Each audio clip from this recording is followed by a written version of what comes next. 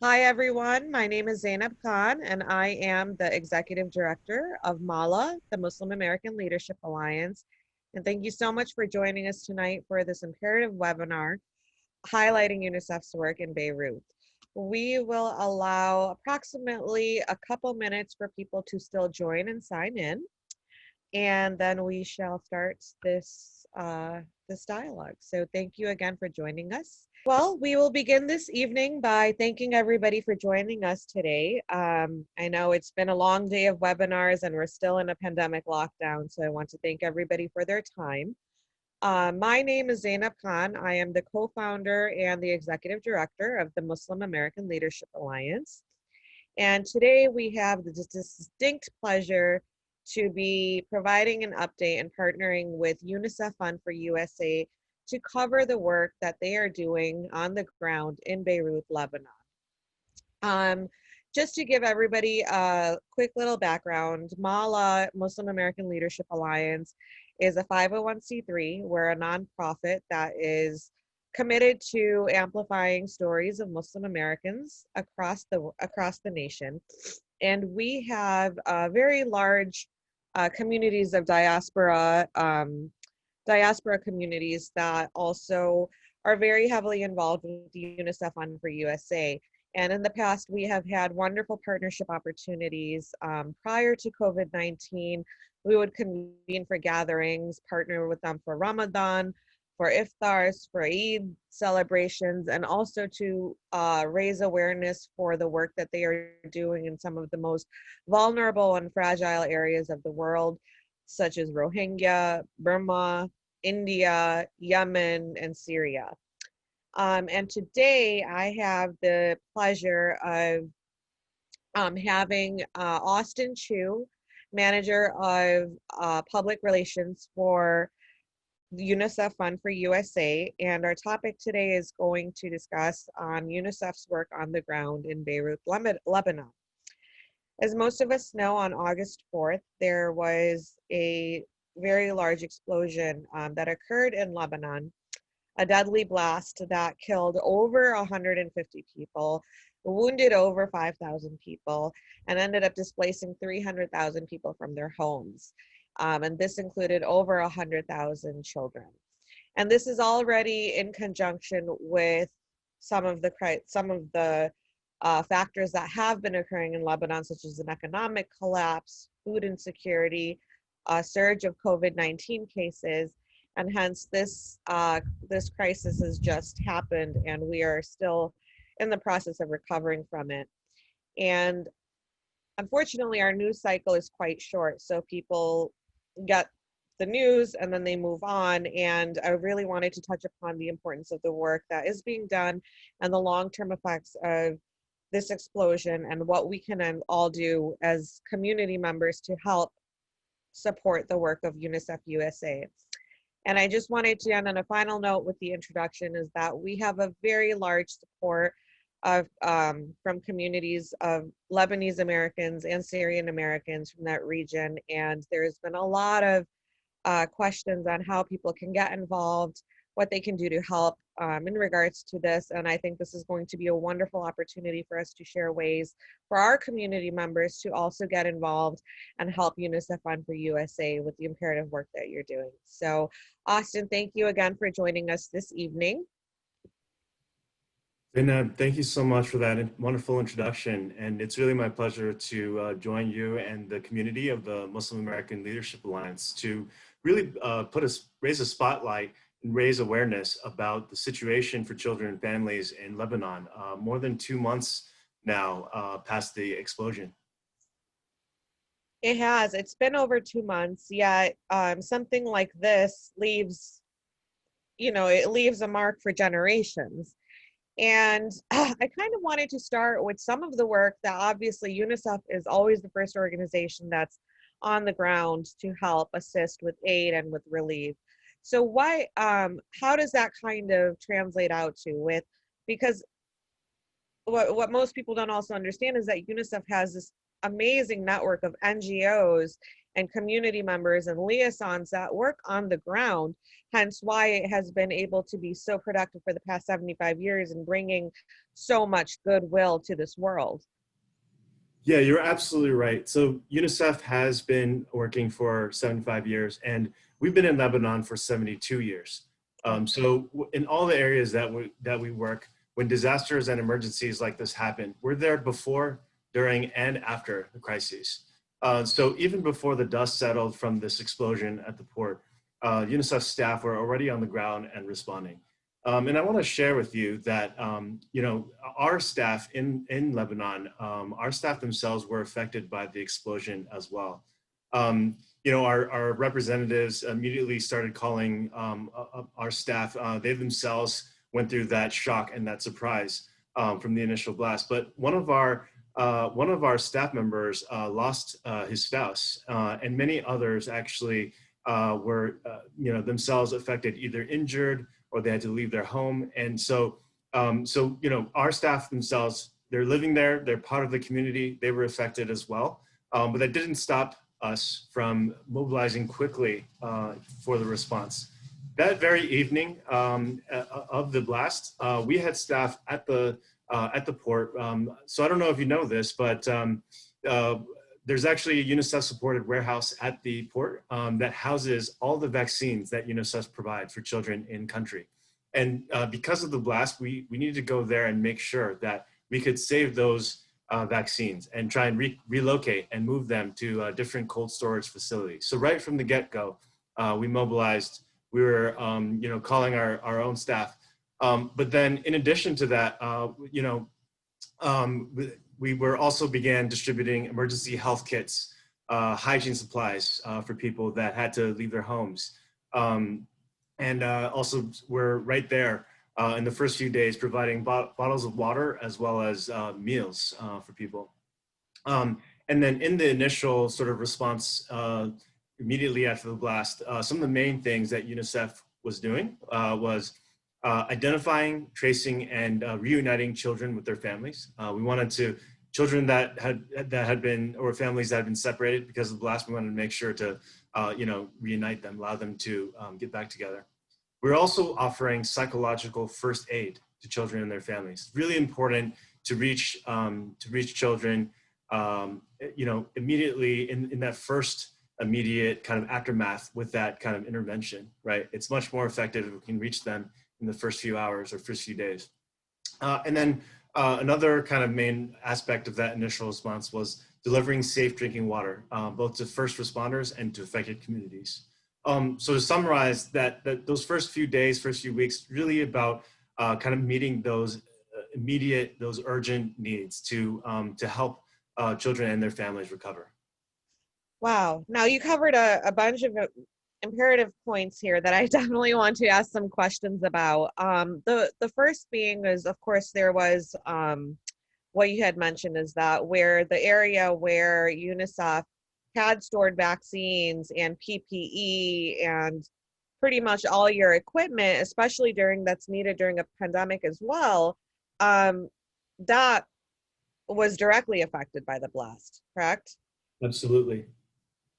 Absolutely. And then, wow. So how is that, what is that process now looking like? How is that recovery process going? And is there support still needed? So in terms of the just the supplies and materials that were at the warehouses directly affected by the blast, I'm pleased to say that we were able to save and relocate 1.7 million doses of critical vaccines. So that's we saved over 80% of the vaccines that were housed there. Of course, we continue to bring in vaccines for various diseases from other countries, but much of the supply, the stockpile that was in country, we were able to save. Of course, you've touched on another very critical point, which is a lot of the PPE that is used or is supplied for the current response of the COVID-19 pandemic that was also affected. So we have shipped additional many thousands of tons of PPE into the country in order to continue to bolster the response to the pandemic, which is still ongoing, of course. Wow. Going into and this is something that I definitely want to touch base later during as we speak. The psychosocial support that UNICEF offers, the mental health support, the safe space that UNICEF provides for children, especially through traumatic events such as this, we definitely need to touch base and cover on that. But before that, I did want to share with everybody that and be due to the Beirut blast, over 150 public and private schools were completely demolished because of this. That's right. In terms of the education piece, right? We're now in the first week of October, and kids should be in school. Kids should be studying right now. And because of this blast and because of the pandemic, there are so many children and students right now who've been affected. We've heard stories of children who are telling their parents, they're telling their teachers, their caregivers that they miss going to school, right? They miss studying, they miss spending time with teachers and with their friends and fellow students. You're right, Zainab, that much of the infrastructure of the country has been affected. Just speaking about the education piece, there so many private and public schools have been damaged or destroyed. In addition to that 160 schools that you mentioned, there's an additional 20 public technical and vocational training centers that UNICEF was supporting that have been damaged or destroyed. And in total, the impact has been about 85,000 students who've had their learning disrupted as a result of the blast. And this is coming on top of already the situation with the pandemic. And so one of UNICEF's priority is working hand in hand with the local government. We've done rapid needs assessments to identify the schools that have been the most affected, and working on as quickly as possible trying to rehabilitate or rebuild those schools so that we can get children learning, doing what they should be doing as soon as possible. In the meantime, we're providing, as we are in other areas, we're providing remote learning opportunities so that kids can still continue their learning. And we're also providing safe spaces, a network of safe spaces actually, where children, especially young children, can go and just be kids, and they can go play. There's toys, there are people trained to kind of facilitate at these so-called child-friendly spaces, and that basically to give them a sense of normalcy when, in the midst of so many factors, so many things that are happening. Absolutely. And I think that's a very, very important point that I want to bring up, because a lot of us that are watching, that are viewing, we're mothers, we're sisters, we all have, some sort of a connection with children. And then when you think about, coupled with COVID, a pandemic, economic struggles, so geopolitics, fragile societies, and then on top of that, you have something that is, so traumatic, such as a bomb blast, losing your home, losing your school, losing your family. The psychosocial support that I'm familiar with UNICEF has been integral for, for generations. We've even had storytellers. I personally know two Mala storytellers that had shared their story. They came from Afghanistan, and they were beneficiaries of UNICEF in Afghanistan. And the support and the resources that they were able to receive help them now. One of them is a physician now in New York. And it's just like how we don't realize the lasting impacts that psychosocial support really provides. And I'd love to kind of cover some of that work with our audience, because in addition, like I said, to tangible relief, that psychosocial support, that's something that lasts for generations to come. That lasts a lifetime. You bring up such an important point, Zainab, and thank you for mentioning this. It's 2 months on, some of the flesh wounds may have healed. We're starting to see maybe physically we're rehabilitating the buildings and the infrastructure, but the mental impact on children, this invisible impact, this invisible trauma, is something, as you say, that could reverberate for months and in some cases, even years to come, if we don't reach those children now. So we're hearing stories about children who are turning to their mothers and saying that they're still dreaming about the blast. It's keeping them awake at night. I heard a story about one girl who asked her mother, when will we die, right? And so this blast is creating, a lot of anxiety and even post-traumatic stress for these children, with such a blast on this scale. But to come to the invisible impact that I mentioned, and I want to add that both children and adults alike are traumatized by this blast, and they're in need of psychosocial support. So we've worked with partners to open and expand hotlines for counseling, develop plans for group and individual counseling and therapy, case management and referrals for case management is often a key aspect of the type of psychosocial support interventions that UNICEF provides. And as I mentioned earlier, we've also opened that network of safe spaces to give children that sense of normality. In addition, one thing that we do often in situations of crisis is training parents, training caregivers, and training educators on how to recognize trauma in their children and providing information about where they can go for help if they need it for their children. How does UNICEF coordinate that training with partners on the ground? Yeah, that's a great question. And in Lebanon, we're working with over 70 local civil society organizations and nonprofits.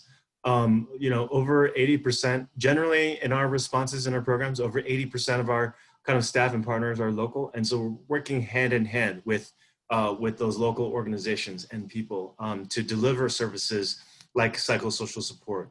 And so with our UNICEF's technical expertise and sort of holistic approach to programming, we're working with those partners to provide training and facilitation, as well as technical support to those partners to be able to deliver services like case management and psychosocial support. And then we're also part of coordination and UN system mechanisms that allow us to really coordinate among child protection sort of delivery systems and organizations who are providing services to ensure that we're coordinating and preventing duplication of services. That's incredible. And one of the things that I also want to share with everybody is that UNICEF has been an organization that's been around for 75 years. In Beirut, especially 72 years, you guys, or in Lebanon, you said 72 years UNICEF has been active. Obviously 2020 has been a very challenging year across the globe. But especially in these regions where susceptibility and vulnerability to outside stressors and fragile societies. And this is very important for us to also consider, given that COVID, with the lack of resources, when we're looking at either economic or funding or schooling, IT, how do we even get students engaged or provide them with online learning or distant learning when we don't even have the basic pens or papers or books, right? So how do we kind of move past that? And I know UNICEF has done an incredible job in bridging the gap for literacy, like shortening it. And so this is kind of one of the questions that keeps coming up is progress going to be rolled back due to COVID-19, due to online learning, remote learning, regions that don't have access to IT, something like the explosion in Beirut, where it affected so much infrastructure across the city. How is that going to contribute to the issue of literacy? Yeah, this is such an important question. And I want to start by actually providing some context, the context under which this disaster happened, in trying to, think about what the gains that have been made. This disaster couldn't have come at a worse time for Lebanon's children and families. Since October of last year, the economic and social political situation has really deteriorated. Even before COVID-19 happened, families were already struggling with loss in value in currency, job losses, and rapid inflation. So 1 in 3 people, are now unemployed. Half of Lebanese families and 75% of refugees are in poverty. There are daily power cuts now, lack of safe water, limited public health care. All that has, what was already a strained public healthcare system has only been sort of further strained by the destruction and damage to so much of the public health infrastructure. And so this explosion is exacerbating all these things that were already needs even before COVID, even before the explosion. Our representative in Lebanon, Yukie Mokuo, has said that, this, in her 30 years of working in humanitarian assistance, she's never seen so many multiple burdens placed on a people, placed on a country. So this blast has really come on top of much suffering that people and children in Lebanon were already facing. Now, with 2020 and the onset of the COVID pandemic, that has added a layer of suffering, and then now this blast, right? And so everything that we're doing in Lebanon, whether it's combating the public health pandemic, whether it's meeting the immediate needs of children and families after the explosion, or whether it is providing emergency cash assistance to families, providing opportunities for young people to get vocational training and livelihood assistance. Those are things we're both meeting immediate needs as well as trying to help the country rebuild. And we're doing so urgently so that we can try and prevent as much as possible the rolling back of any gains that we've made for the people of Lebanon over the last, over decades. One of the things that I want to point out to everybody watching is unicef.org/Lebanon. And we will be sharing links with everybody after this webinar where you can get involved, you can help support a cause, you can help donate towards the efforts in Beirut. But one of the things that I have noticed that is so powerful and profound is that the UNICEF team has been able to capture stories.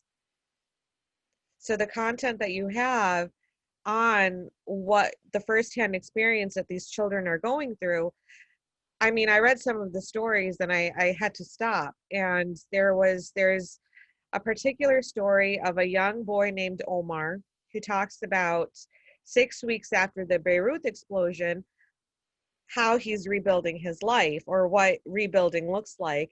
And his quote is, "I will forget about the things that happened in Lebanon while playing with my friends. I will forget everything. Everything is damaged. Even my books got torn to shreds. How will I be able to study again?" And that's very powerful because as a child, that's kind of how you're able to, assess your trauma, and you're seeing this trauma in these children. And so can you tell us a little bit about how these stories are made, the content, the follow-up with this, because that's very powerfully compelling, and it really humanizes, beyond the research and the reports, we're seeing the impact of what it has on a human level. Yeah, absolutely. At UNICEF, we're really focused on empowering the voices of children and youth. And so a lot of what we do is to bring back, to not only bring back stories from other parts of the world about the situation for children and the most vulnerable children, but also to highlight and to spotlight those voices. Just to share a little bit more about my role and what we do at Unicef Usa, our role here in the United States is to rally the American public in support of UNICEF and programs for children, which primarily are for children outside of the United States, right? And so a lot of what we do is to connect the very real need and very real situation for children and families in some of the most hardest to reach parts of the world, some of the most vulnerable children in the world, and to bring back those stories to people here in the United States so that we can connect to that those stories, connect to those needs, and really rally together in support of those needs. Just taking this blast in Lebanon, for example, we know that as you mentioned, much of the Mala community are people in diaspora, including from Lebanese communities, and so we know that diaspora Lebanese communities around the country are mourning, and and not only mourning but are mobilizing in solidarity with the global movement to support people in Lebanon. Mhm. I quickly want to, and this is a lot of information to digest. So thank you, Austin, for walking us through all of these steps, because I think this is crucial for everybody to really know firsthand how an organization like UNICEF works on the ground. I want to go back to the innovative way that UNICEF has also been empowering people, which is through the education, child protection, and cash assistance service. Because that's also a way for, I think, long-term, you're empowering, you're uplifting, and you're also providing autonomy for families. It's always women and children that suffer the most when it comes to tragedies, when it comes to conflict zones, when it comes to war, when it comes to these global issues. Can you tell us a little bit about that program and how that works? Absolutely. First, I'd like to share that UNICEF's response in every area that we work is a holistic, multi-sectoral response. So, in terms of when it comes to the well-being and the safety of children and their families, there's so many things that are important, right? Some of the things that you've touched on just now, whether it's education, child protection, livelihoods, but there's also the health. There's also water and sanitation. All these things have an effect on the well-being and safety for children and families. And exactly to your point, we focus on the most vulnerable in every aspect of our response. So even with this response to the explosion in Lebanon, we're incorporating gender equity and incorporating a focus on the most vulnerable, including children with disabilities, into that response. And high level, we have three main pillars to our response. And again, gender equity and a focus on the most marginalized, most vulnerable is incorporated into each. So the first pillar of our response is just keeping children safe. And what that means is we want to ensure that the most critical services for children continue. So that includes, as I mentioned, the health services, primary health care, COVID-19 assistance, but also ensure that child protection, education, and other social assistance services are able to continue, and there's to minimize the disruption in those types of services that help keep children safe. That's the first pillar. The second pillar is really in rehabbing basic essential services. So much of the infrastructure has been damaged, whether it's schools, whether it's hospitals, whether it's individual households, and so we're working closely with partners and with local government to try and rebuild as much of that infrastructure as possible. And young people are very much a part of that response as well. The third pillar is, which you've just touched on, is supporting meaningful youth engagement in these cleaning and rehabilitation activities. And this is really intended to get young people involved in rebuilding their own future. So your question about how we're innovating in this area of response, all three are done based on assessment of needs, but in particular when it comes to involving youth in the cleaning and rehabilitation, there's a couple ways that we're innovating. Mm-hmm. So the first is that well, Zainab, I want to share we've had almost 2,000 young people mobilized on a voluntary basis to help in the community response, to help in cleaning.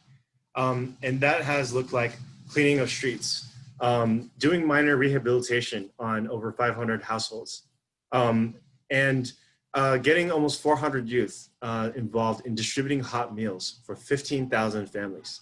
And here's something interesting. So all of those youth that were involved in preparing and distributing hot meals, they all went through UNICEF's vocational course on cooking. So we're giving So we're providing that sort of vocational technical assistance, or we previously were, giving them some skills and training for their own futures. And now they're able to use it in a situation like this to help provide hot meals for families who need them. Many of the youths were involved in that cleaning, that rehabilitation. So we're not only providing the equipment and the materials for them to do so, many of them have also undergone training, basic training in how to do minor rehabilitation. Another interesting aspect of this response, mobilizing youth, is on training for youth on sewing to make masks. We have youth, through this response, they've made over 23,000 masks that can be distributed for first responders. Over 23,000? 23,000 masks from about 100 youth who received our training. And those masks are being distributed now to help in the prevention of the spread of COVID-19. Wow. I know that you have, we had some, sorry about like technical issues earlier, but were there photos that you had to share with the audience with some of the work that's being done in Beirut? So we do have a lot of photos about the different aspects of youth response. I think Mala, you will send out the photos. Yeah. But there is a video that I could play. There's a short video that will take you to Lebanon and show you some of the youth that I just mentioned. Yeah, I'd love to see it. Love to see it. So why don't we go together to Lebanon for just a few minutes? Let me share my screen here, and we'll go ahead and play this video.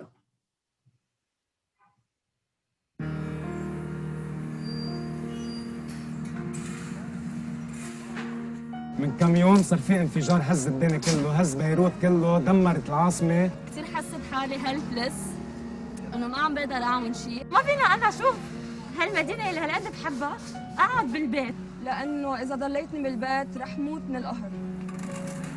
جيت اليوم مع الكشافة كرمال نساعد نرجع نعمر اللي تكسر. هلا نحن هون اليوم عاملين مثل فود درايف دونيشنز لنوصلهم على بيوت الناس. في كثير عالم محتاجة، في كثير عالم بدها مساعد، في كثير عالم على الطرقات يلي قادر ينزل ويساعد ما يقصر. بالنتيجة إذا نحن ما وقفنا حد بعض ما حدا رح يقدر يقومها لبيته. خلينا نساعد بعضنا لأنه this is the only way to get through this. وعم نشتغل بكلام وعم نخرج السوليداريتي بين بعض انه بعدها موجوده. يعني انا بعطي من خبرتي، اول نهار نزلت مرة ختيار على البناية عم تبكي عم تقلنا ميرسي جيتوا، قلبي كبر، حسيت انه إلي عازة هون. وهيدا الشيء اللي عم نعمله عم بخلينا انبسط وحس حالي برودكتيف بهالمجتمع. نحن الشباب هون بيقولوا دورنا خفيف وما فينا نساعد، بس نحن العكس، اليوم بدنا نبرهن دورنا، نبرهن قبضيات مثل غيرنا. اليوم بدأ كل الشباب اللي من عمري ينزلوا يساعدوا تننظف تنرجع نعمر بيروت، لأنه شفنا شباب قد ايه عندهم دور مهم. نحن أكيد الوحيدين اللي قادرين نغير على الأرض، لأنه نحن عم ننزل منها لحالنا وما حدا جابرنا ننزل. أهلنا جدودنا فقدوا الأمل، بس نحن ما رح نفقد الأمل، نحن باقيين على الأرض. We have to stay here. If we leave, more chaos is going to happen and there won't be any youth, any future generations. ما بعتقد حدا غير الشباب حيعمل تغيير. ونحن اللي حنرجع نوقف بيروت على اجريها مثل ما كانت واحسن. Don't give up, don't lose hope. ورجعوا انزلوا على الارض وساعدونا تنرجع نعمر لبنان. بدعي كل اللبنانيين اللي هون ما يفلوا وينزلوا على الارض ويساعدوا قد ما فيهم. فبدعي الكل يجي يساعد، اول شيء لانه تفهم قيمة وطنك، تفهم ليه نحن بنحب وطننا وليه ما بدنا نتركه حتى. نحن باقيين بهيدا البلد ونحن باقيين لنعمر هيدا البلد ونخليه يصير بلد. We as the youth don't want to leave Lebanon and we're not going to, and we're going to work towards staying here and inshallah building a better Lebanon. بشجع الكل يبقى بلبنان، لأنه إذا السنة ما كانت كتير منيحة السنة الجاية بتكون أحسن. أنا مش فالة، أنا باقية. أنا باقي وأملي بلبنان كبير. أنا هون باقي بلبنان وبني فادي، لأنه هذا وطني، هذا حبي وقلبي هون. ولازم نبقى بهالبلد لأنه البلد بلدنا لو شو ما عملنا. أكيد باقية بلبنان. أنا أكيد باقية بلبنان وماني فالة لمحل. أنا أكيد باقي بلبنان. أنا باقية هون. أنا باقي. ماني فالي يعني ماني فالي لو شو ما صار.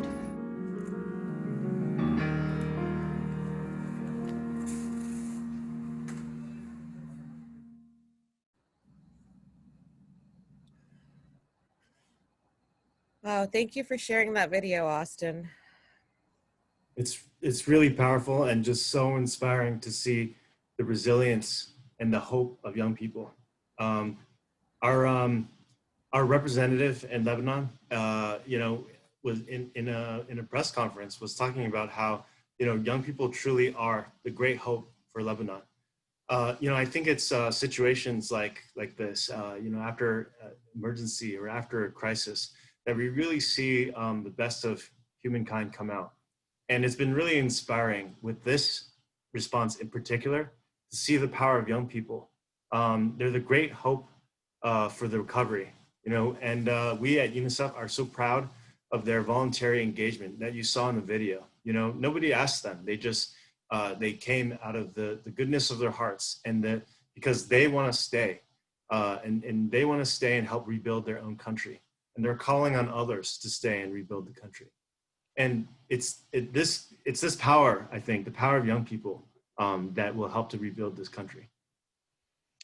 Absolutely, Austin. And I think that goes right into my perspective and what I've also seen with the Lebanese American communities that are connected with Mala through various partnerships, either as donors, supporters, partners, community partners.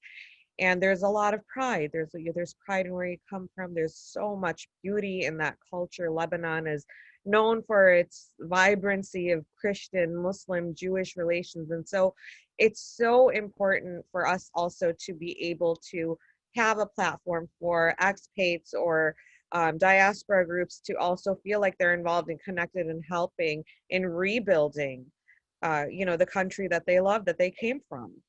And that's very imperative. And this is the reason why we decided to do this webinar, was because from Mala's end, we received a lot of questions and a lot of just, what can we do? How can we get involved with the, with the communities that are in need in Lebanon?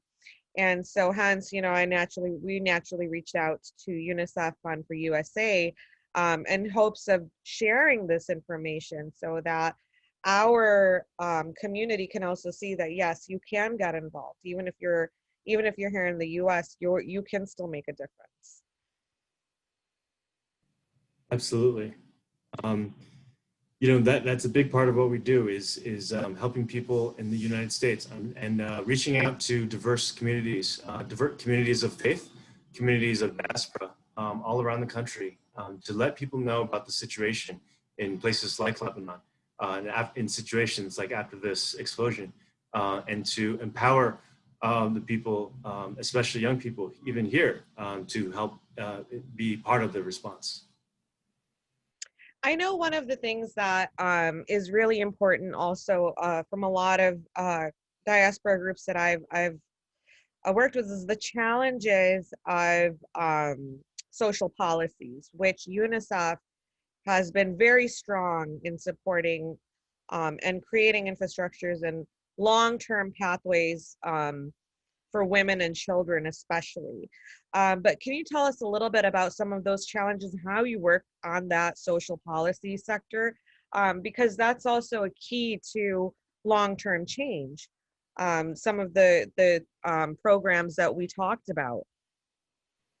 Absolutely. We talk about UNICEF as a human rights organization, as a children's rights organization. So we're not only a humanitarian organization meeting immediate needs, we're also a development organization. And so when it comes to social policy, as I mentioned earlier, everything that we do incorporates a gender equity and an equity approach.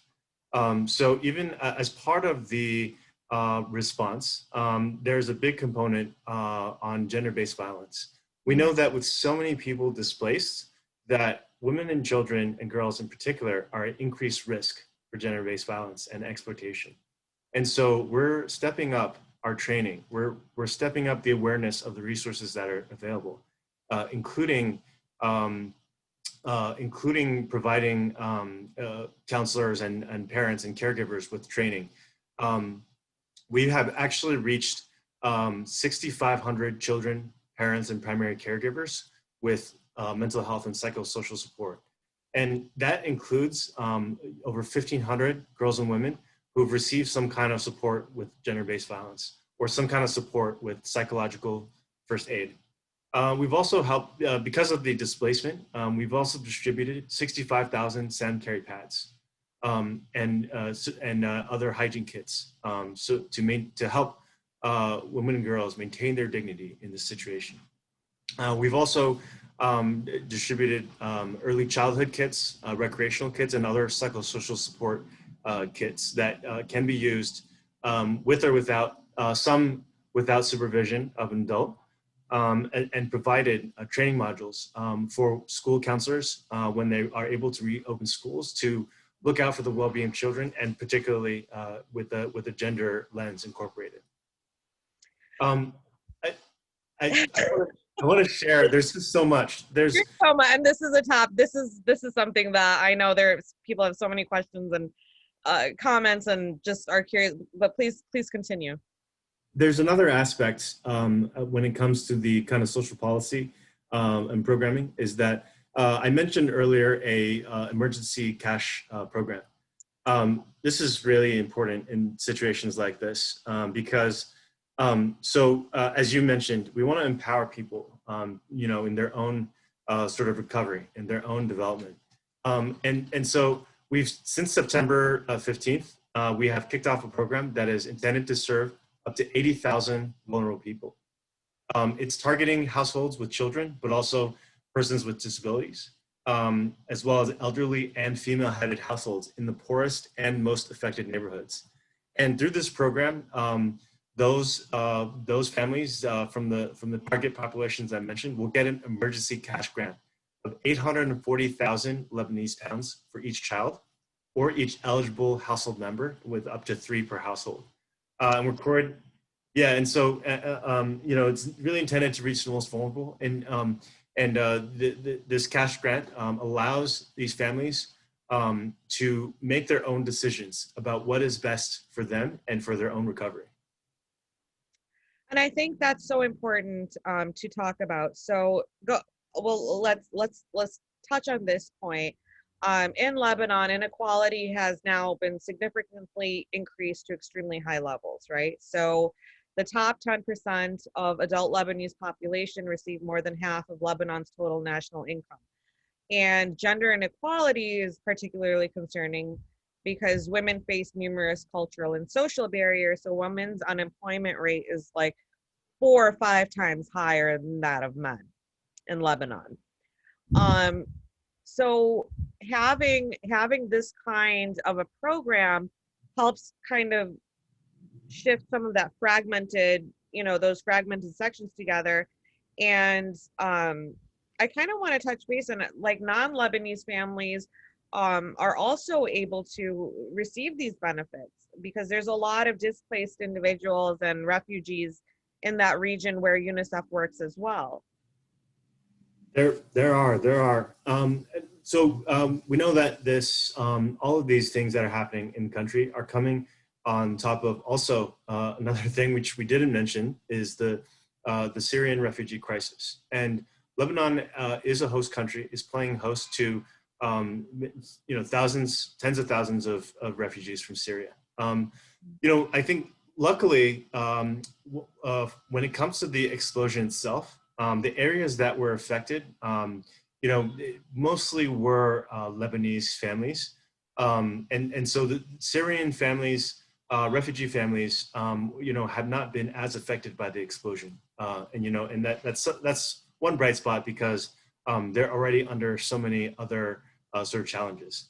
I will say that I think there were some Palestinian refugees who were living in some of the communities that were affected. And so those families have been affected. But you're right, in general, in the situation for the country at large, it's not only the Lebanese families and host communities, it's also these children families that Lebanon is playing host to. Yeah. And one thing that I do want to share with everybody watching is that when we do share these links with everybody, that way you'll have all the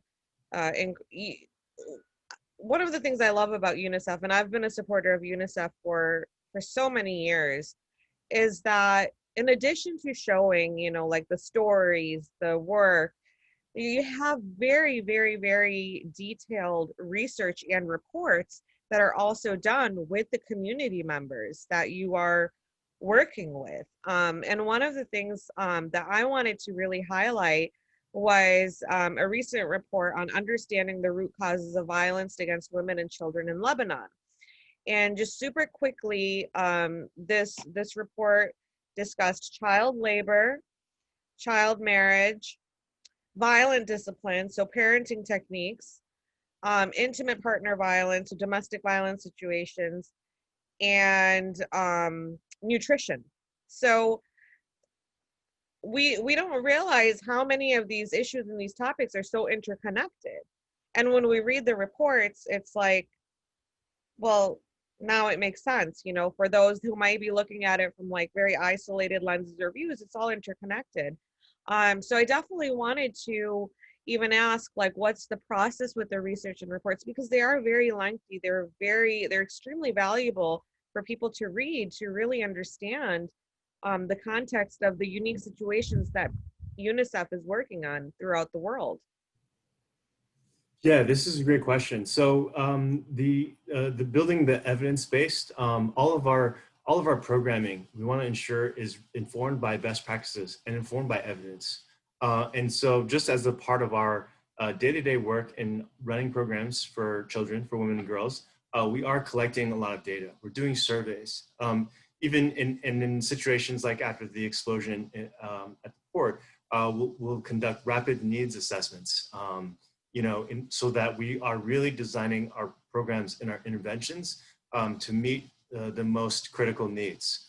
And then in terms of, so we already have a very data-driven, evidence-based approach to our programming, but we also want to sort of advance the field, right? We also want to sort of take the data that we're able to do, take our expertise in programming for children across all these multiple sectors, and turn them into and do research and reports that further advances the field, further advances our understanding of what it takes and what is best for the well-being and the safety of children.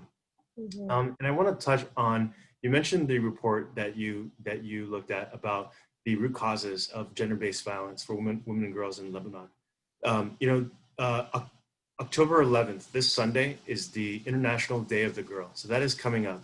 And, one of the things that we are highlighting as part of, this year is the importance and the value of girls' education and literacy. So many things, girls' education and literacy is one of the best things, one of the best solutions that we have to prevent or to resolve many of the situations and challenges that you mentioned. The longer that girls stay in school, we know that the less likely they are to get married as children, and that the longer that girls are able to stay in school, it just leads to so many other positive outcomes, not only for the girl herself, but for her family and for her entire society. And so, when it comes to that literacy, that education piece, it's so critical, and it's really a big piece of getting and keeping our children in school and getting them back to continuing their quality education as soon as we can. Absolutely. It's I can't believe it's already going to be October 11th, International Day of the Girl. It's, that's something that I know in the past we've partnered with UNICEF to host screenings, do in-person events, and I do want to keep this super positive. And I feel like this is a conversation that our hour is almost up. We'll have some Q&A, but very quickly, I do want everybody to also keep in mind that Halloween is coming up, and growing up, UNICEF Fund for USA, Trick or Treat for UNICEF was always something that we did, and we can still get involved. Even if there's COVID, you could go on the website, sign up for Trick or Treat for UNICEF. And in that case, you can host virtual costume reveals, you can unlock coins, be involved in community activities, empowering activities, and have your kids be involved. You can include your school, your church, your mosque, your synagogue, create teams, and really provide support for kids all around the world, and also celebrate Halloween and trick-or-treating and maintaining that social and that empathy connection for children, especially post-pandemic. And it's a wonderful, wonderful program. And I just want everybody to know about it. UNICEFUSA.org/trick-or-treat. And we can still celebrate Halloween safely and help children across the world. And just to give everybody a little snippet, you know, $40 buys an entire round of vaccines for a child. $180 can provide supplies for 40 school children. So that's how far your dollar goes when you're supporting this. So I strongly encourage everybody, and we will share this link too, but it's a wonderful way to get your communities involved and also be a part on a global level, just to connect and share and care.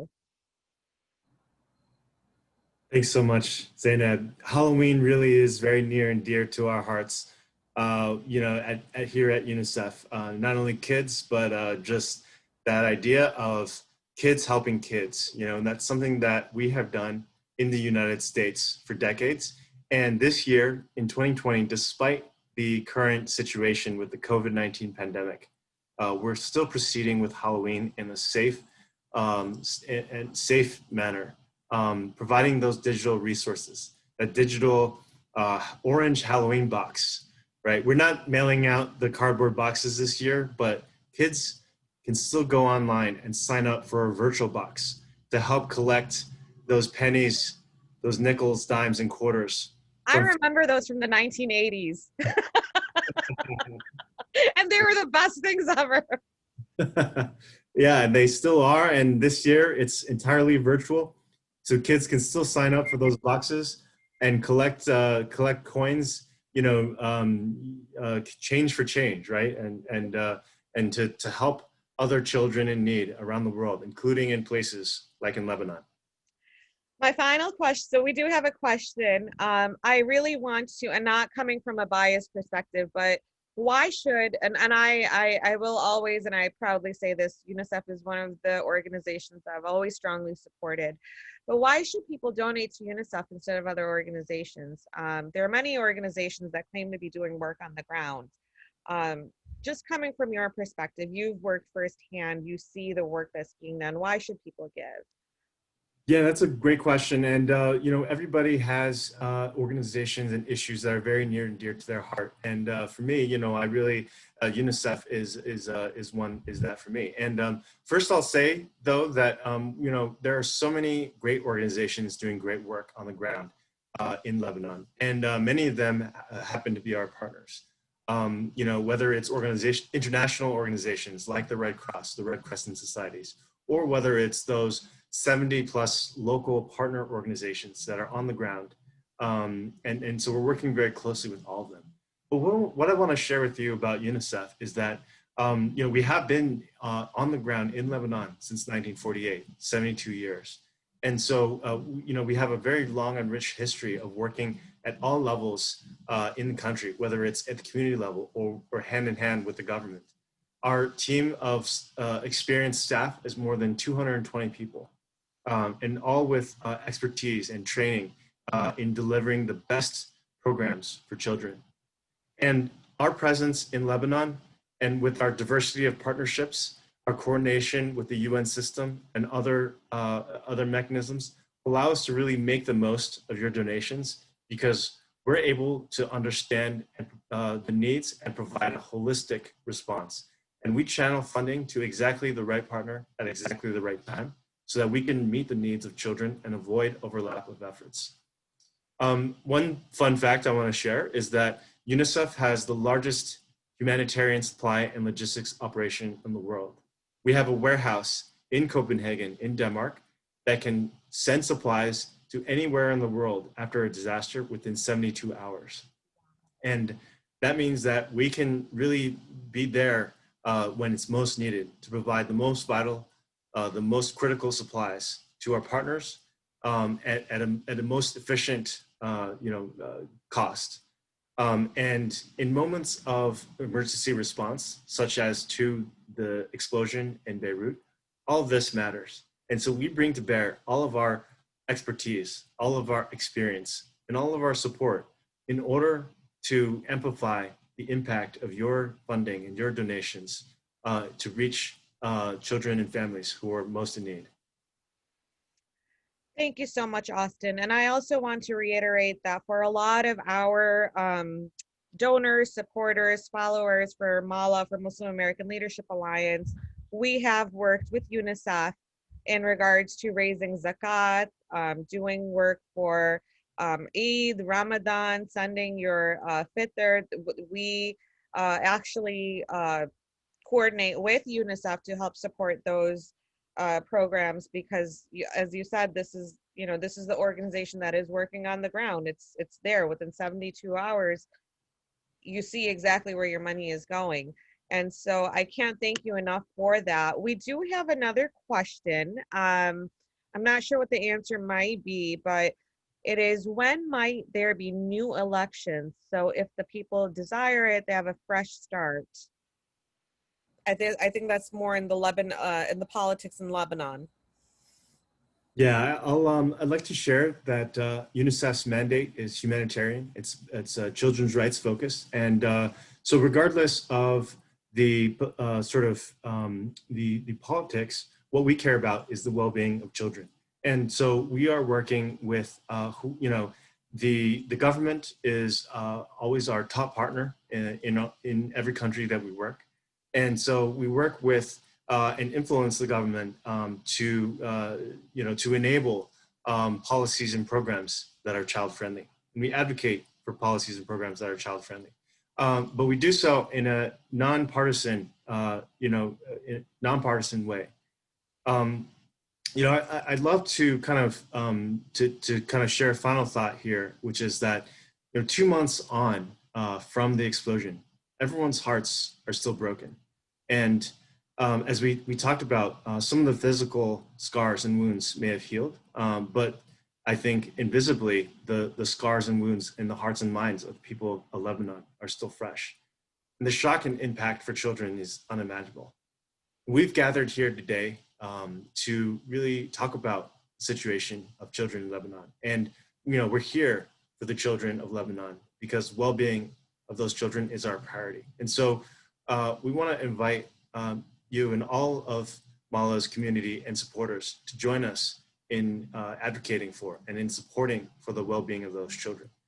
Because as we saw from the footage of the young people in Lebanon, in Beirut, rebuilding and working towards their own future, that the future of Lebanon depends on how children grow up in a healthy and in a safe environment.